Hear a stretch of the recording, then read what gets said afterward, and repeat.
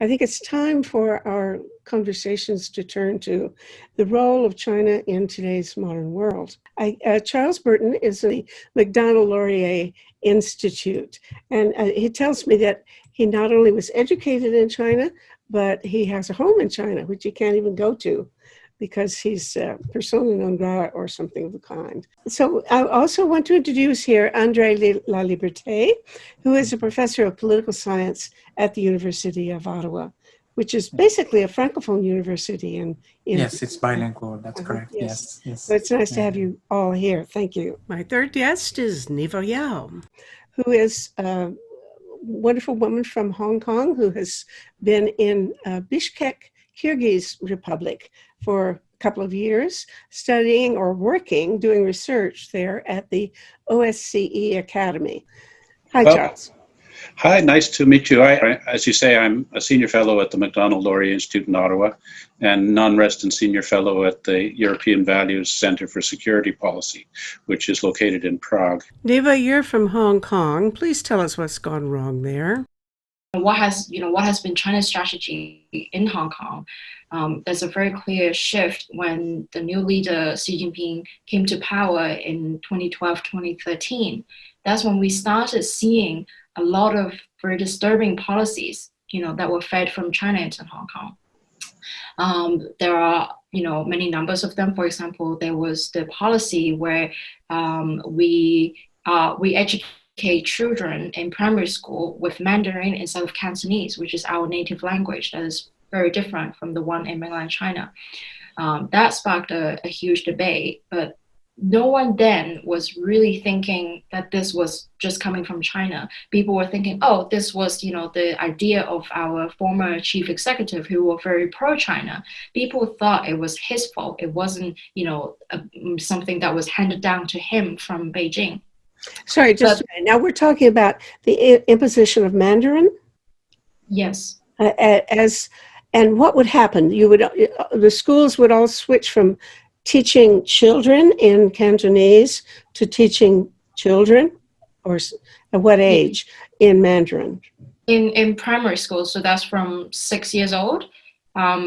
We all have to take Chinese subject, which for years was taught in Cantonese. But now a lot of schools have switched to Mandarin because of the policy. How much of a challenge is that? Do people normally start learning Mandarin anyway on top of Cantonese? The issue is not that, whether or not people were learning Mandarin anyways, because, the culture of Hong Kong is extremely competitive. My young cousins, for example, who are 6, 7 years old, are learning French and Spanish on weekends. So this is a very competitive culture in Hong Kong. And learning Mandarin is something that, any people with an extra money would send their kids to do, because so are other languages. I think the problem is more that, this is a policy that's being, placed on us and being enforced compulsory on us by mainland China, and it's a slowly, boiling the frog method to, slowly make us more Chinese. And I think so when I was saying, it was a policy change by the new president. Everything that has happened to Hong Kong is directly the result of his cult of personality that has been so different from previous leaderships. Before Xi Jinping, the people of Hong Kong were already getting more and more Chinese without interference from China. But now a lot of schools have switched to Mandarin because of the policy. In 2008, for example, during the Olympics, that was the height of Hong Kong people's approval of China and self-identification as Chinese. Mm-hmm. So if there weren't any interference from China imposing all this policy on Hong Kong would have naturally became more China, and it wouldn't be like this today. There's a vibrant culture in Hong Kong based on the Cantonese language and the distinctive political culture that rose up in Hong Kong, connected to the long period of British colonialism. So Hong Kong people value their freedom of expression and freedom of assembly and some freedom of participation in political decision making. And these ideas are repulsive to the mainland regime. I think that when the transition from British sovereignty over China, over Hong Kong, reverting to Chinese sovereignty in 1997 occurred, the Chinese government made a promise of one country, two systems, 50 years of no change. And so I think at the time, the anticipation was that China would start to move towards political democratization. And after 50 years, the issue wouldn't be so great, because it wouldn't be so much that the expectation would be that Hong Kong would be under the authoritarian one-party leadership of the Chinese Communist Party, but more that China would have evolved to modern norms of governance, and therefore that the reversion of Hong Kong away from being a special autonomous region would be, run more smoothly in terms of political values. But as time has gone on, I think there's more and more of an awareness of a distinctive Hong Kong identity, particularly among young people who don't have difficulty identifying with the Mandarin-based mainland. If I could just say one more thing with regard to Canada, there are 900,000 persons of Hong Kong origin who have Canadian citizenship, of which 600,000 are currently resident in Canada, and over 300,000 are Canadian passport holders resident in Hong Kong. And so I think a lot of us have concern that the Chinese government will not recognize the Canadian citizenship of those Canadians living in Hong Kong. And there has been an expectation recently expressed by the Chinese Consul General in Vancouver that persons of Chinese origin in Canada should be loyal to the Chinese state. And there have been some demands that persons of Hong Kong origin in Canada who have been active in trying to rally international support for China's violation of the commitment that was made to Hong Kong, which was initially codified in the Sino-British Joint Declaration of 1984, that when it was lodged with the UN at the request of both the government of Great Britain and the government of China, was endorsed by Canada. So we actually signed a promise that we would have some stake in ensuring that this agreement was followed as written. That we have concern about our Canadians and whether if they are arrested, whether they'll be granted consular access, or indeed whether the government of Hong Kong will start to restrict the ability of Canadians in Hong Kong to return to Canada. So there's still a lot of unknowns with regard to how this is going to play out, but the national security law, which has led to the current crisis, is written in such a way that the interpretation is extremely broad, and the Chinese government clearly intends to use this as a device to integrate Hong Kong into the mainland as a medium-sized mainland city. The other most recent development was the postponing of the upcoming Hong Kong Legislative Council elections for a year on spurious grounds that the election could not be held because of the COVID-19. And as a regular viewer of the Chinese nightly news, they're putting an awful lot of minutes of the news broadcast into people, saying how this is a splendid idea and absolutely essential. But there has not been any, delaying of Chinese, mainland Chinese Beijing political meetings on the grounds of the pandemic. So it seems to be because there's concern that persons who have pro-democracy ideas could be legitimate members of the Legislative Council, that China will delay the election for a year until all of those people have been politically neutralized or imprisoned. So they're not even having the debate that's going on in the US about whether to have mail-in ballots. That would be a perfect solution, I suppose, in China or in Hong Kong, the same as it would be in the US, but sounds like that is not even on the table. The election won't happen until next year at the soonest. It's what should Canada be doing? And Canada lags behind our Five Eyes intelligence sharing consortium partners and other members of the Anglosphere and other countries in responding to Hong Kong. We're particularly behind Australia. And my primary concern would be over providing a safe harbor for those people in Hong Kong, particularly young student activists who could be subject to arrest by this national security law. The Chinese government had said that the national security law would not be retroactive, but it appears that it is being applied retroactively. It was enacted.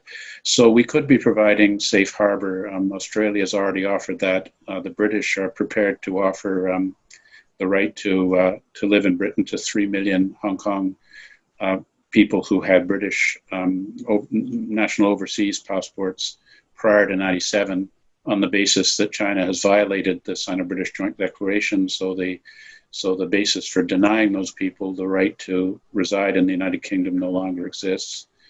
The other one is the Victims of Corrupt Foreign Officials Act of Canada, which is known as the Magnitsky legislation, under which Canada has issued sanctions against officials from Saudi Arabia, Venezuela, South Sudan, Myanmar,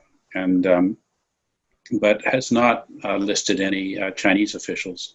The United States has already sanctioned persons complicit in the implementation of this national security law from Hong Kong, and also officials who are complicit in the program of genocide against the Turkic Muslims in Xinjiang. But Canada, while we have said with regard to the safe harbor and the Magnitsky legislation that we are considering action, I think our government lacks the political will to offend the People's Republic of China in this way, because so many important Canadian corporate interests benefit royally from their relationship with Chinese communist business networks through the state-owned enterprises, and that these elements have considerable political influence in Canada. So in terms of maintaining our Canadian values or standing for the integrity of the international rules-based order, our government is not acquitting itself in a way which compares favorably to that of other countries. In terms of the attitude towards Hong Kong within the mainland, it's hard to assess because, of course, people inside China don't have accurate information. They tend to be not sympathetic with people from Hong Kong. They're regarded as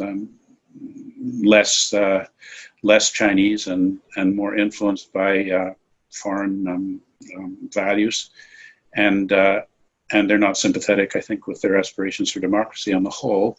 Although I do think that among a certain element within China, there is a lot of concern about this law, and a feeling that the current Chinese government is too oppressive, engaging in too much censorship, and should allow for more citizens' participation in how China is run politically. So, but in general, I don't detect that the Hong Kong democracy movements, or for that matter, the comparable movements in Taiwan, are having any meaningful impact within China in terms of supporting progressive agents of political change. I don't know. I think Niva must have much better. Well, that's sort of what you've said reminds me of the attitude that I think most of us did have about the time the transition of Hong Kong took place, where I think you're right. We all assumed that in 50 years, we're all going to be on the same page. Everybody's going to moving toward democracy, and by then China will be as democratic as everybody else. And if anything, it's the opposite. Democracies are on the skids pretty much around the world, and China is doing, I think, comparatively better. Maybe I'm mistaken in making that sweeping a statement, but I'd like, Niva, do you agree with everything that Charles has said, or do you have any qualifications or additions to make to his views? I largely agree. I would just add that it's really important to uphold the Western style of international law and international norms when it comes to dealing with China.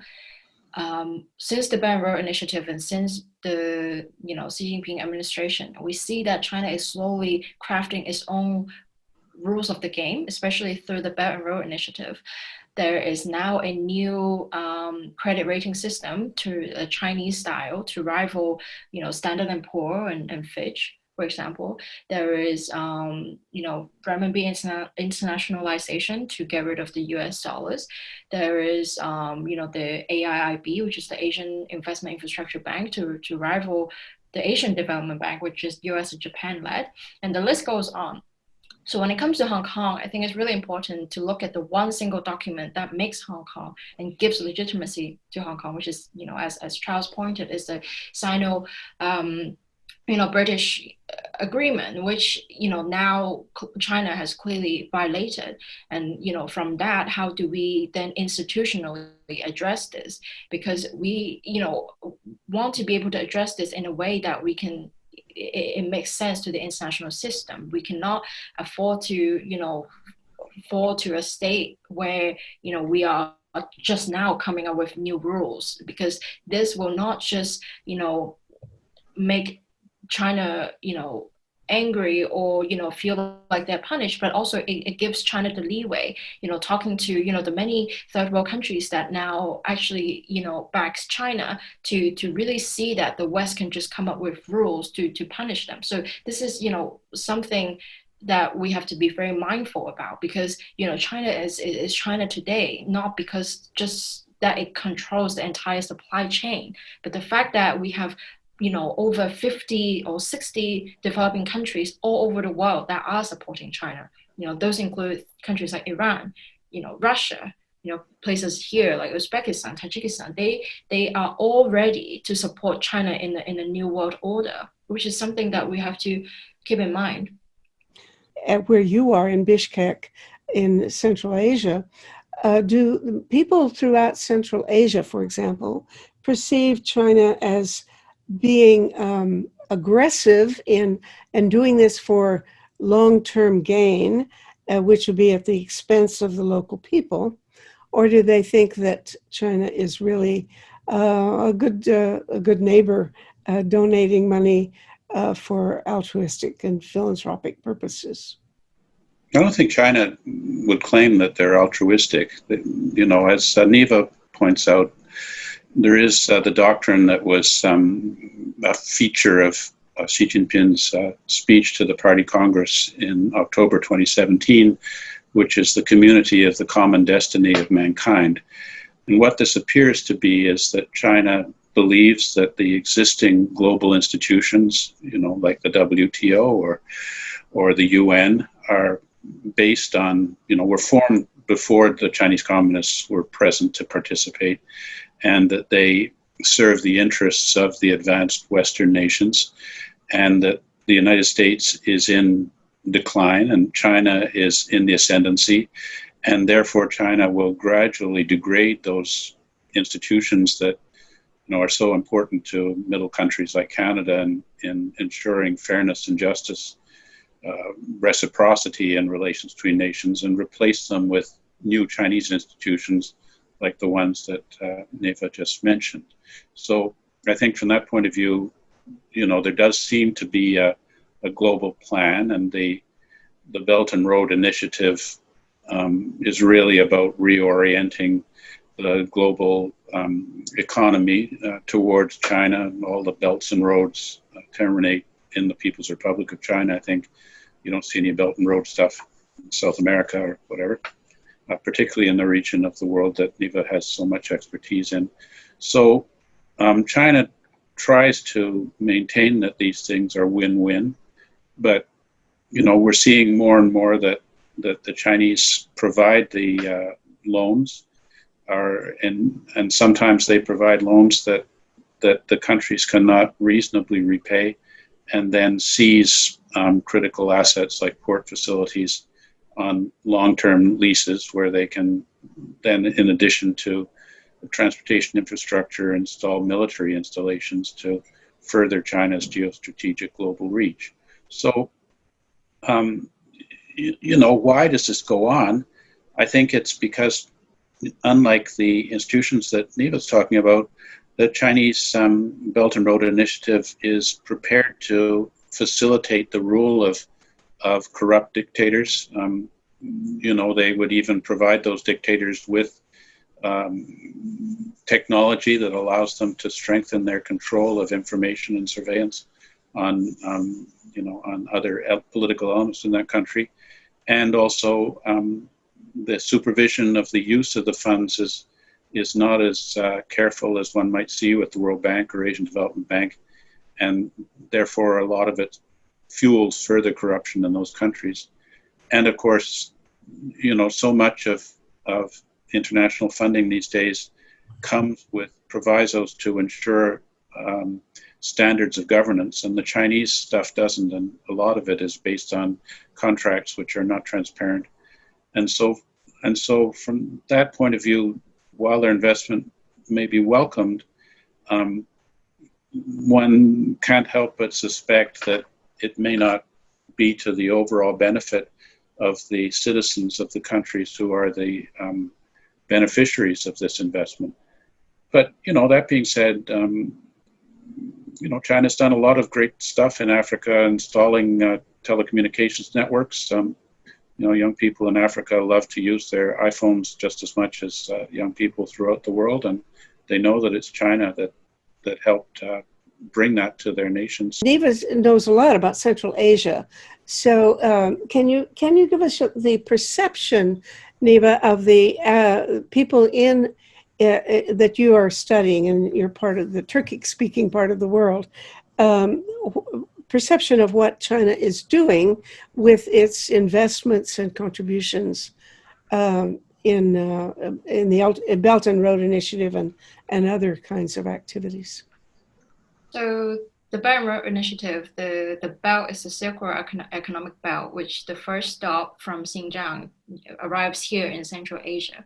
So, the plan already started something like, early 2010s with, building logistics ports, building, new highways and new tunnels and all sorts of things. I think I say this strongly about Central Asia, but the same, similar sentiment you can find in South America and in Africa is that for years, these countries have been, under the rules of other great powers. So for here, it'll be Russia. And to some extent, it will be the United States and in terms of security in Afghanistan. So these countries here and around the world are already, they're already accustomed to a great power coming in, giving them money and asking them, doing so and so. In most of Africa and here in Kyrgyzstan, it was about democracy, having, reform and having anti-corruption. So when China came here and, with all these investments and all these really cheap loans and deals and, helping the government in Tajikistan, for example, build an entire new parliament building, which is absurd considering, it was just empower the corrupt government and administration as it is. These countries are happy to take it because they are already accustomed to the system, taking things from Russia, taking things from US, It's just a very unfortunate, system that we find in the world that now China is exploiting. And now we are just starting to see the problem because it's not the West that's doing it. It's China, some country that does not share the same, values and human rights, discourse that the West does.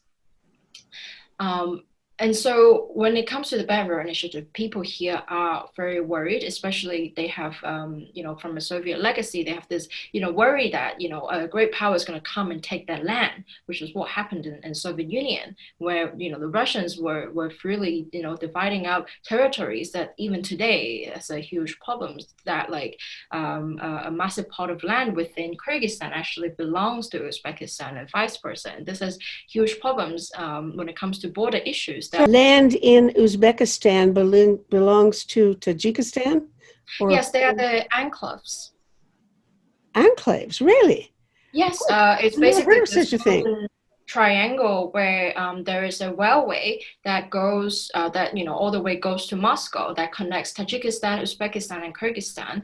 And this railway and this rail is basically where all the opium from Afghanistan goes to Europe from.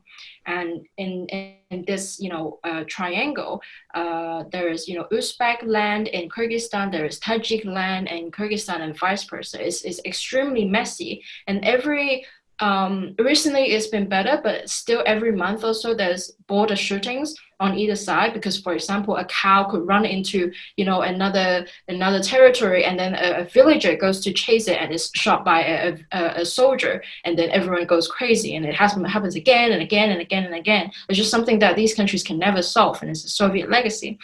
And so when it comes to land, Central Asians are worried about China, especially recently, just a few months ago. China wanted to come to here, Kyrgyzstan, and build a storage hub that is basically near a Chinese border to let cargo store there, so that they could just easily transport to other places. And 1,000 people from that town protested on what town is it? It's what town in what country again? In Narin, Kyrgyzstan. Is near the Chinese border. And so they protested because they were worried that, this land in 20 years or in 30 years after the deal would become Chinese. And it's resources like this that countries here will worry about, because, places like Kyrgyzstan and Tajikistan are already very poor and they have nothing to offer. And when it comes to Soviet legacy, when these countries first became independent, there was a scandal that sparked 2 revolutions here, 2 government changes here, where it was basically about corrupt politicians signing off land, mountainous land on the Chinese border, to China. And this most recently happened in 2011 in Tajikistan with the current administration, with the current leader, who evidently has a lot of estates and a lot of business connections in China. So I think when it comes to the Belt and Road Initiative, China is failing to really win the hearts of the people, the normal people. But the leaders are more than happy to do anything for China, to implement surveillance systems that they have already done for free. Well, are they corrupt? I mean, is it just lining their own pockets, or do they have some other bigger goals in mind? In a way, you have politicians that has made the choice to not be Russia's puppet, but rather be China's puppet.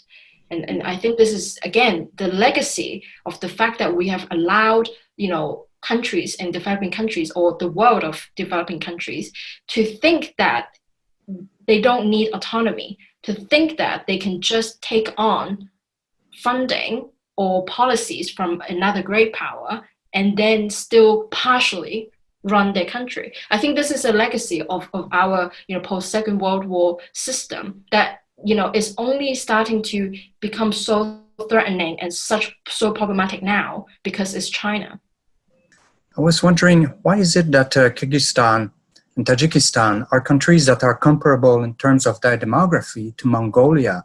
Why is it that they haven't achieved the kind of equidistance that Mongolia has achieved, right? Mongolia has managed to keep distance from both Russia and China, and also, work with Japan and try to keep a nice balance between different powers.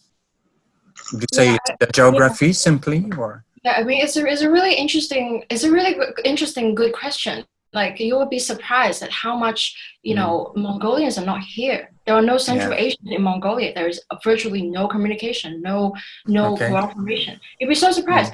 I think it's not just geography, but I think here they are haunted by what is happening in Afghanistan, and here there's still a sense that it's okay as long as we are not war torn like Afghanistan. We are not Pakistan, and and there is a Soviet legacy here that I think is so different in Mongolia. I'm really happy for Mongolia that it can develop such a democratic and strong civil society that it is able to speak out against China. Whereas here, the Soviet legacy combined with all the kind of domestic worries that Central Asian leaders have, they're just not able to speak out. They're not able to allow even the groups here in Bishkek some years ago. There were strong groups here that protect the rights of the Uyghurs, and they were demolished by the local government here on the grounds that these groups were anti-Chinese government. I see. And policies like that has been long in place. I mean, most recently we just found out that Turkey, by agreement with the world and with China, is not extraditing Uyghurs back to China, but they're not doing it directly. They are sending it to here. There are Uyghurs in Turkey that China wants to have extradited back to China, but the Turks are sending them instead to Kyrgyzstan, and the Kyrgyzstan government is sending them back to China, or they're being allowed to stay in Bishkek. They're not allowed to stay, so they're being extradited from Turkey to here and Tajikistan, and then the Kyrgyz and Tajik government send them back to China. So the Turks don't get the blame for it so much. Is that the idea? Otherwise, I mean, why else would they bother? Yeah. China's using its muscle in a way that I think it didn't 20 years ago. I mean, I always had the feeling of China was sort of, had this rule of non-interference in foreign affairs. And they stuck to that at the UN. They didn't want any country to take a position that affected another country. And this was a pretty consistent policy. You could see it as a defense policy. I mean, defensive of China's autonomy, because then they could say nobody interferes in China either. But that seems, they're not doing that anymore. It looks like they're, quite frankly, making waves in the world, and they're doing things like claiming space in the Arctic and a number of other places, including in northern India or in, I guess, Kashmir, Ladakh, and so on. Could somebody bring me up to date on what's going on there? Well, this is very recent and very difficult to understand why actually there was this sudden outbreak of hostility between the two countries. My understanding was that the Indian position were not guarded, and simply that the boundary was never clearly demarcated. And so there was always a sort of ambiguity, because this is a region that is really difficult to access. And when the Indian army was out, back to its camp, south of the mountain position they occupied, the Chinese simply thought that, well, the Indians were retreating and they occupied that territory, and they started to fortify their position. And when the Indian came back, they realized, whoops, this is again in our territory. But these disputes were always moderated by an agreement between the two countries that whenever there's a dispute, there's a disagreement of that sort, that they would not use lethal weapons, right? So that would be really low-scale conflict, if you like. The last confrontation was quite nasty. There were people who died, people who were drowned in falling off the cliff of one of these hills and being drowned in the river that was down that height. And some of the Chinese troops, according to photos that were taken by the Indian media, were armed with batons, and the batons were stuffed with nails. So, you know, some very, very low-grade munition, but nevertheless quite terrible. Now, it's hard to tell really the nature of that conflict because the Indian government does not, I would say right now the Indian government is not exactly, I would say, I regret to say, I could not define that as a like-minded democracy. And I would say that this is really a very, very difficult period we're going through now. And certainly China now is simply, you know, seeing that there's a vacuum in Central Asia and elsewhere, and it's just taking the opportunity. And of course, as you, to go back to what you were saying before, when China before really asserted that it does not want to interfere in other countries' affairs, I think there was a mixture of sincerity, because simply the Communist Party then realized that strategically speaking, that would be a bad idea. China would not succeed if it wanted to expand.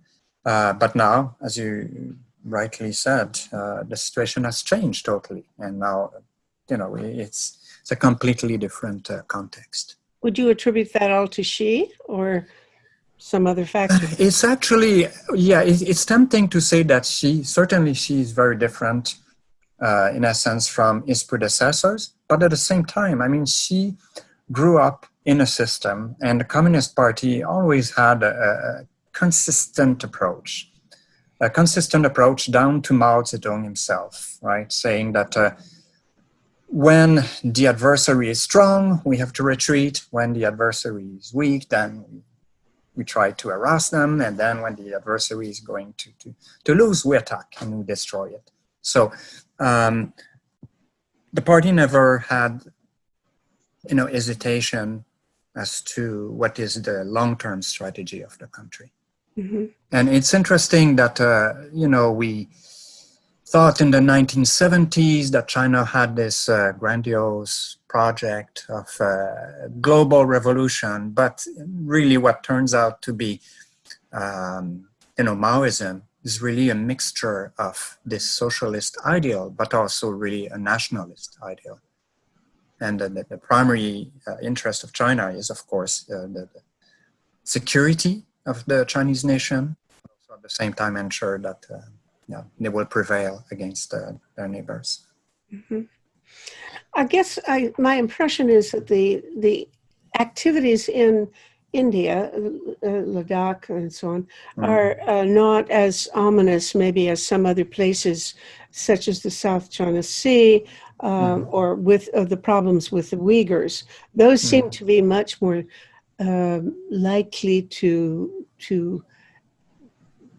be big scale problems that are not easily reduced. Am I wrong? Yeah. Or well, India is a nuclear power. Its population is going to surpass that of China. So I think we underestimate India at our peril. I mean, it's a major power, and it's a country that is really also going through a political crisis now. And I'm afraid that, you know, one provocation too many could have a terrible consequence for the whole region. It's a very volatile environment. Now, of course, the Ladakh region is not, I would say, a battlefield that would have, say, effects like, say, the region between Pakistan and India, right? The plains of the Punjab, etc., where you have hundreds of millions of people who are living there. And Ladakh is a really remote territory. But yeah, so in that sense, you're right. It's not the same peril, if you like, for the international community as other flashpoints. And the one, of course, that you did not mention, but to me, I think is going to be perhaps the most serious of all is Taiwan. Denying, I mean, the state of denial about that. I don't want to think about that, but who wants to tackle that? It's really, yeah, there's quite a few governments who are losing sleep over that, you know. They just hope that the current status quo won't be changed, because a disruption of the status quo would have immeasurable consequence for everyone. Niva, what do you think? And what do people in Hong Kong think about Taiwan? I think if I just quickly weigh in just on, from the perspective of Central Asia, I think the last military standoff over Taiwan between China and the US was something in the 80s or 90s. Yes, when 90s, yeah. When the Taiwanese president went to the US to give a speech, and they sparked the whole thing. And I think when the military standoff happened, there was something like 4 hours delayed of cargo ships, and South Korea and Japan were complaining about how cargo ships and that was really the base of how we assess what are the damages that will come from a military standoff. So fast forward to today, the Central Asian perspective is that in the past 10 years, China has been pouring billions of dollars into crafting this westward logistics system by land. And now there is a perfect railway that goes from Xinjiang, Korgos, all the way through Kazakhstan and Russia, and reaches Belarus, and then goes on to Poland, Germany, and so on. And this is dangerous because for years China cannot jeopardize the South China Sea shipping lines, because China depends something 70% of its energy comes from this sea lane, and when you jeopardize that, that cuts off your military supply, that cuts off everything, and it's for the Chinese strategic mindset, that's not something that they can give up yet. But today it's different. These cargo trains that is coming from Kazakhstan it completely took that out of the equation. China is able to get supply, of energy and all sorts of things, even if the sea lane is cut off. And and Andre, you said China doesn't have a long-term strategic planning, but from my perspective, it has always planned how can we eliminate all the difficulties and then ultimately take Taiwan by force. That was the plan. And that was the plan that was, about building an alternative trade route. It's been a plan, because China did not engage with Central Asia from day one.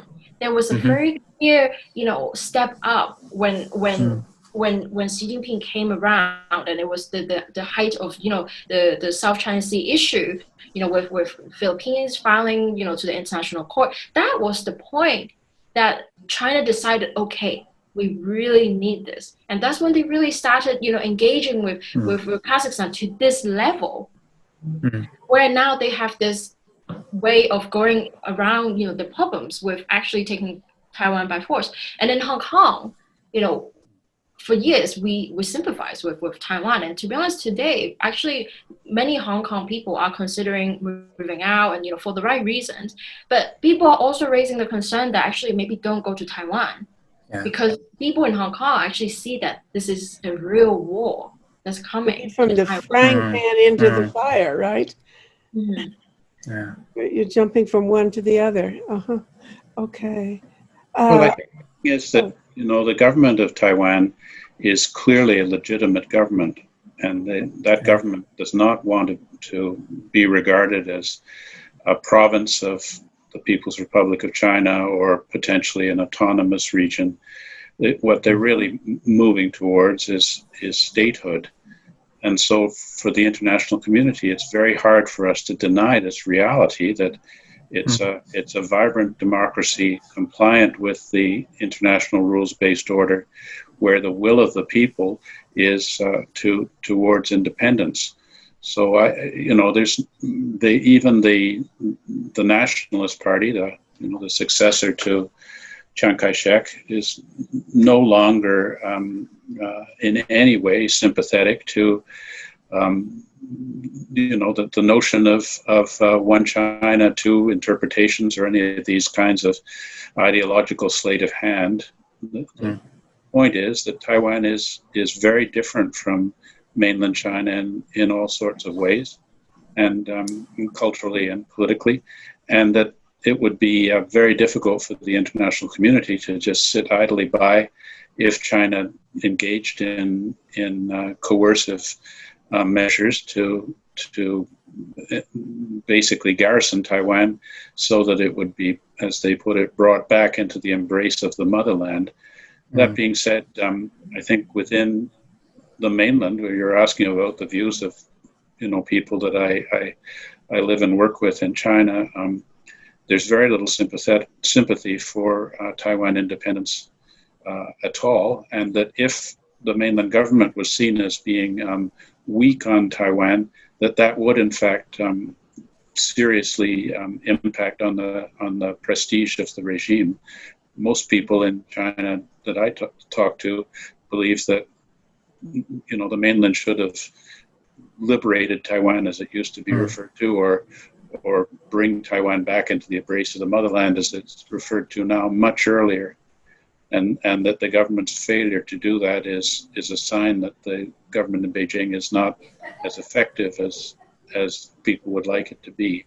So you've really got a strongly intractable solution, but it seems to me that morally, the democracies of the world have to stand on the side of Taiwan and the Taiwan people's aspirations to freedom and democracy and the self-determination of the peoples of Taiwan. Morally, yes, but strategically and in practical terms, how, Charles? The population of Taiwan is 1/60th that of the mainland. So, it's in terms of its overall population, there's an enormous difference.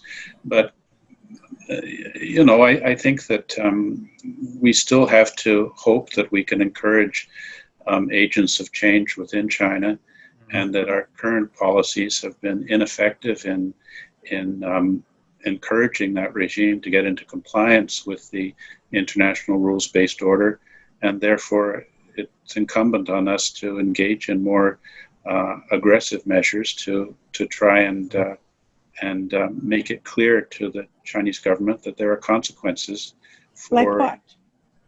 Well, I think, as I mentioned, the Magnitsky Act would be good.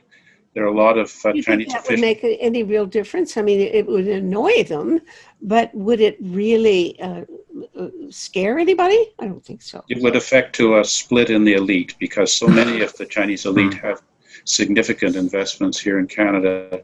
And one of the reasons that the Chinese government is standing by Meng Wanzhou so firmly is because Xi Jinping must be seen as defending the interests of that privileged group of communists throughout the world. I mean, the other one would be the consequence of her being sent to the United States and possibly providing information about the relationship between her firm Huawei and Chinese state security and intelligence. But as Huawei seems to be a declining force in the world, that's less of a reason.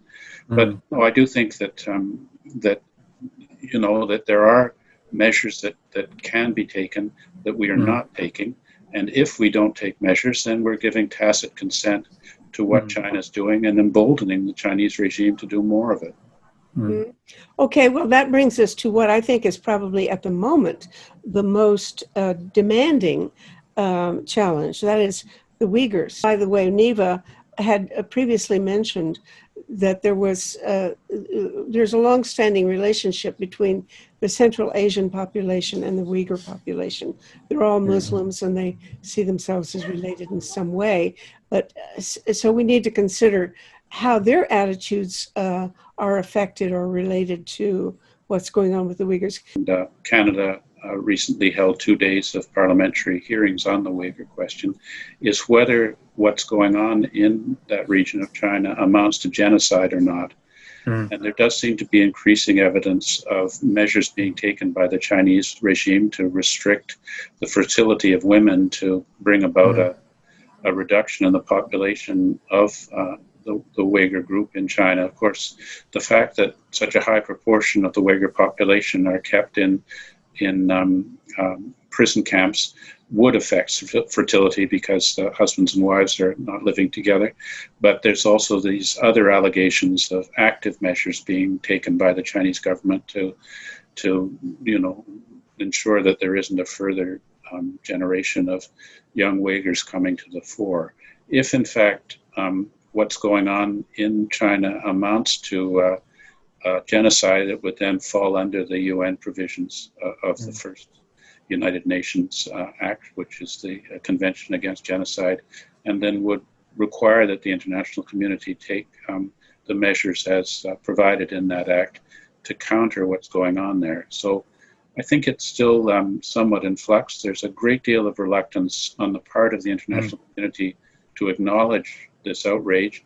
And among the Muslim world, where one would have thought that there should be support for the Uyghurs as co-religionists, particularly in the Sunni areas, there's been, well, you know, from my watching of the Chinese news, lots of Muslims who are found to be able to support what's going on in Xinjiang as effective measures against terrorist extremism, which I don't think is justified by the facts.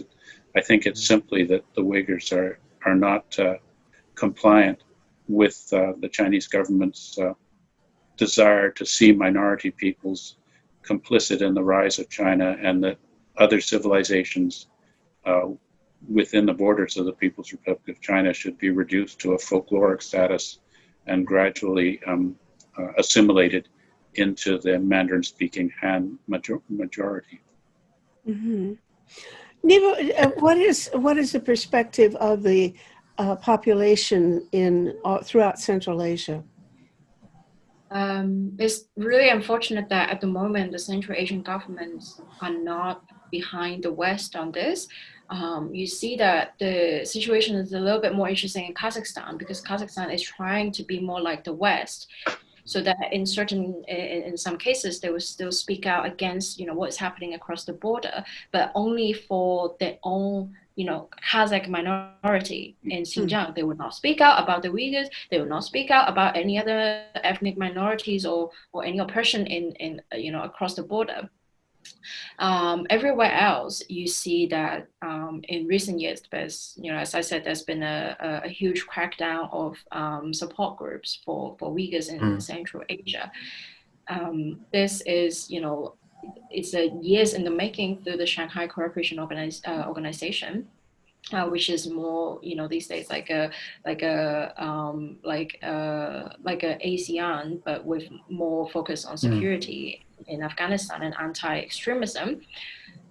In Central Asia, there's been a change of mindset about, you know, how people see the situation, especially in recent years. People here began calling it, you know, this is a Chinese issue. You know, we're not related. You know, they are not Kyrgyz. They're not, you know, even, you know, I have a friend of mine whose village had a ethnic Kyrgyz man who moved to the village when he was 18, after spending 18 years born just across the border in a village in China, in the Kyrgyz autonomous region. Yes, there is such a town like that.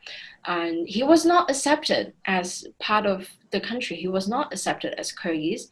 He was not. I'm sorry. When he got back to Kyrgyzstan, he was not accepted. He was not accepted because he was considered Chinese, or what? He was considered Chinese. He was considered Chinese. So even amongst their own ethnic groups, there's very little sentiment for people who have moved on, because they were considered as moved on. Their ancestors moved on from the land of Kyrgyzstan.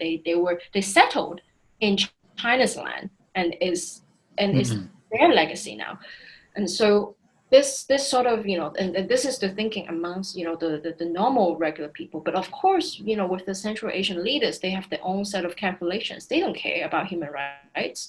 I mean, we can, I don't know how long, I don't know when we will stop if we start talking about all the human rights issues, you know, in Central Asia itself without China. You know, there are a lot of them, you know, with you know, surveillance cameras targeting political dissidents, you know, with you know, locking away recently a prominent, you know, political prisoner died in Kyrgyzstan. There are a lot of human rights issues in this region. So the Central Asian leaders are more than happy to support what China is doing, especially with the fact that, you know, there were you know, fighters from this region to Syria, you know, supporting ISIS, and they have come back. And the governments here have locked them up in the exact same way that China is locking up the Uyghurs in the camps. It's the exact same way. Same re-education. Oh, wait a same minute. What's the theory? They support ISIS. ISIS, yeah, okay, got it. Okay. So no wonder when they got home, people are a little questioning them. For Central Asian people, living with this experience, they really don't see anything wrong in China. It's not like, because, living in Canada, there's no such, thing as that. People will be outraged. But from the point of view of here, it's not that far off from what they're experiencing here, especially from the kind of information, the kind of discourse that they are fed. I supervise a graduate student who's actually doing his PhD on this issue. He's looking at Pakistan, Indonesia, Turkey, Egypt, Iran, and Saudi Arabia, right? It's not Central Asia, but it's important Muslim country. And perhaps with the exception of Indonesia, these are all countries that are exactly like what Niva was describing.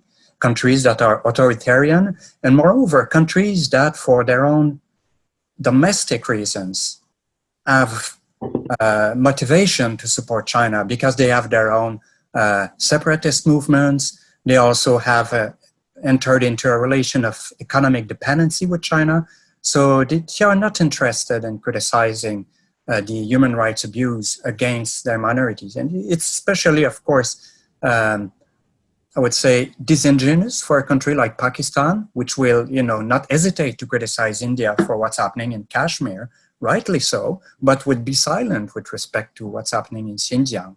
To go back to your question, the challenge for Western democracies and like-minded countries like Japan and South Korea is how to convince these hybrid regimes or regimes that could become more democratic, because, countries like Turkey was not always this kind of authoritarian regime it is.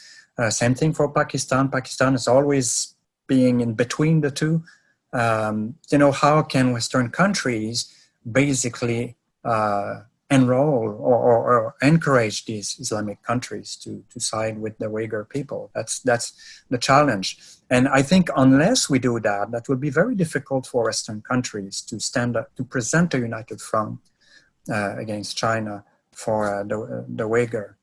So it has to be a broad coalition that includes the Islamic countries. I was thinking in terms of some sort of UN-based coalition of more democratic countries, but democratic countries themselves are in such dire straits these days and moving directly in the direction of the authoritarianism themselves. So we don't see much prospect there. But certainly, as I understand it, China has been playing a very heavy role in a lot of multilateral institutions. We heard of that particularly when the thing came up about the WHO, the excessive influence apparently China has been exerting in the WHO. And I understand the WHO is not alone in that regard. There are other multilateral organizations that China is playing a heavier role in now. Is there any prospect of forming a stronger alliance of countries that really want to stand their ground against all of these violations? Published a piece in the Globe and Mail on Friday on exactly this question. I think that what you're talking about in terms of the UN fits into what I was saying earlier, which is that the Chinese government puts people whose primary loyalty is the Chinese Communist Party into key positions in multilateral agencies, and then those people engage in programming which weakens those agencies. Interpol has become quite a problem too, and IATA. So, but I do think that what we need is concerted action so that China cannot exploit asymmetric power differentials by engaging with countries bilaterally. I mean, China would never have arrested and subject to 600 days of incarceration without due process of law an American diplomat on leave, as they've done with Michael Kovrig, who is a Canadian diplomat on leave. But one has not seen Canada standing up in a meaningful way for hostage, people who are being held as hostages in China from other countries. So what we really need is an institutionalization beyond the IPAC, the International Parliamentary Alliance on China, towards a governmental alliance. And I think that this is coming. I think, you know, what we need is a meeting of heads of like-minded countries, followed by a working group, followed by a charter that will allow us to respond against China's violations of the international rules-based order, or including, you know, the use of arbitrary imposition of non-tariff barriers to exert economic leverage over countries that are not compliant with China's political demands by concerted action. And I think that the consensus of many countries is moving in that direction. It may be something that's more likely to occur after the end of the Trump presidency. Yes. But I think that it is something which, unfortunately, we have to see because of the issues that Niva's talking about, which is that we cannot get UN compliance on defending the principles of the UN Charter by most nations who are co-opted by Chinese money. Yeah. Well, I'm glad you're giving us something to pin our hopes on, Charles. I don't know how much hope to pin on what you've just proposed. I kind of doubt that Biden is the kind of guy who would take that much. It takes chutzpah to do it, you know. It really would take a lot of stamina and vision to try to organize such a thing, wouldn't it? And I don't know. I wish him well, but I don't know whether Biden has what it takes to make that happen. I think it's more a question of, you know, how much more can Canada sustain in terms of China's mistreatment of us economically and diplomatically. And so I don't think we need the chutzpah of Biden. I think there's just a general consensus among the global community that we have to do something, because all the nations of the world are suffering very negative consequences from China's regime behavior, and including gross concerns about China's record in the South China Sea and Xinjiang and Hong Kong and Taiwan. All of these things are causing us to feel that we just cannot allow this to happen any further, and that we have to engage in some collective response. Otherwise, I said this when I gave my evidence to the Common Special Committee on Canada-China Relations. Do we really want to live in a world order that's no longer a liberal world order? This is not really just about Hong Kong, Xinjiang, or Taiwan. I mean, this is happening in the US and Canada. Like the kind of things that a Canadian professor can say, the kind of things that an NBA, NFL basketball player can support on Twitter. But this is happening in countries, in the West. This is no longer about China and outside the West. This is already happening in developing countries.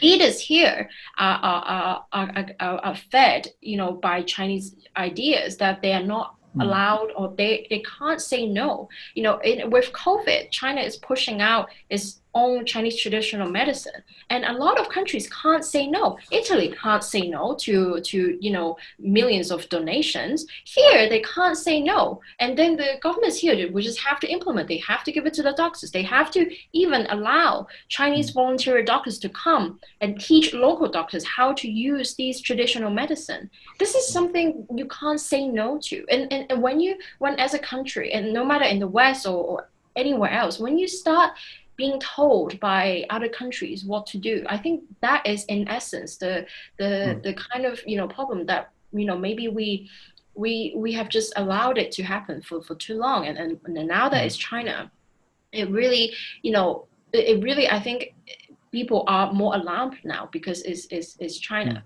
and I think I am optimistic in a way, because people are aware, but I think the discourse needs to be changed.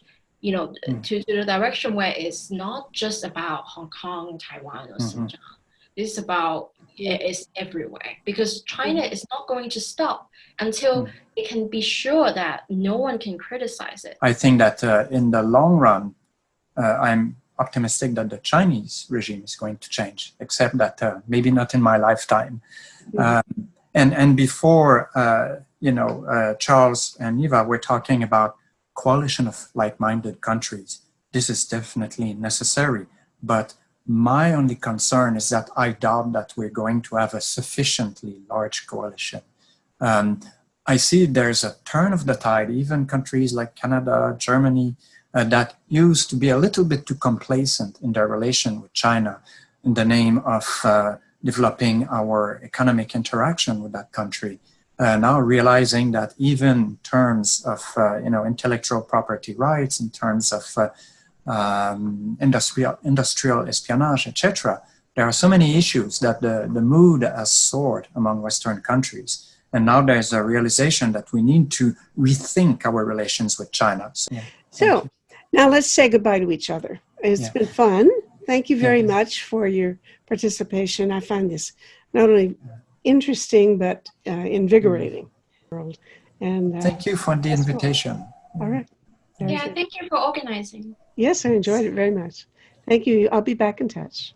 Bye. All right. This conversation is one of the weekly series Talk About Saving the World, produced by Peace Magazine and Project Save the World. Please visit our website at tosavetheworld.ca, where you can sign the Platform for Survival, a list of 25 public policy proposals that, if enacted, would greatly reduce the risk of 6 global threats to humankind. Come back next week for another discussion of a serious global issue.